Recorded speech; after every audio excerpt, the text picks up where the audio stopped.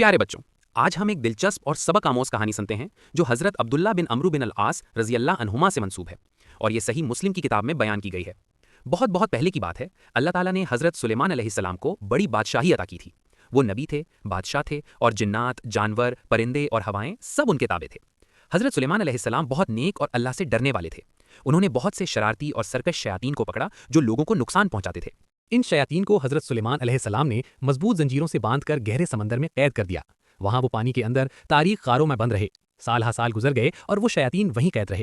حضرت عبداللہ بن عمرو رضی اللہ عنہما فرماتے ہیں کہ یہ شیاطین اب قریب ہے کہ اپنی قید سے نکل آئیں۔ جب وہ نکلیں گی تو لوگوں کے سامنے قرآن جیسی خوبصورت باتیں پڑھیں گی، لیکن وہ جھوٹی اور گمراہ کن ہوں گی۔ وہ لوگوں کو دھوکہ دینے کی کوشش کریں گی۔ پیارے بچوں، اس کہانی سے ہمیں کیا سبق ملتا ہے؟ ہمیں ہر ایک کی بات پر یقین نہیں کرنا چاہیے۔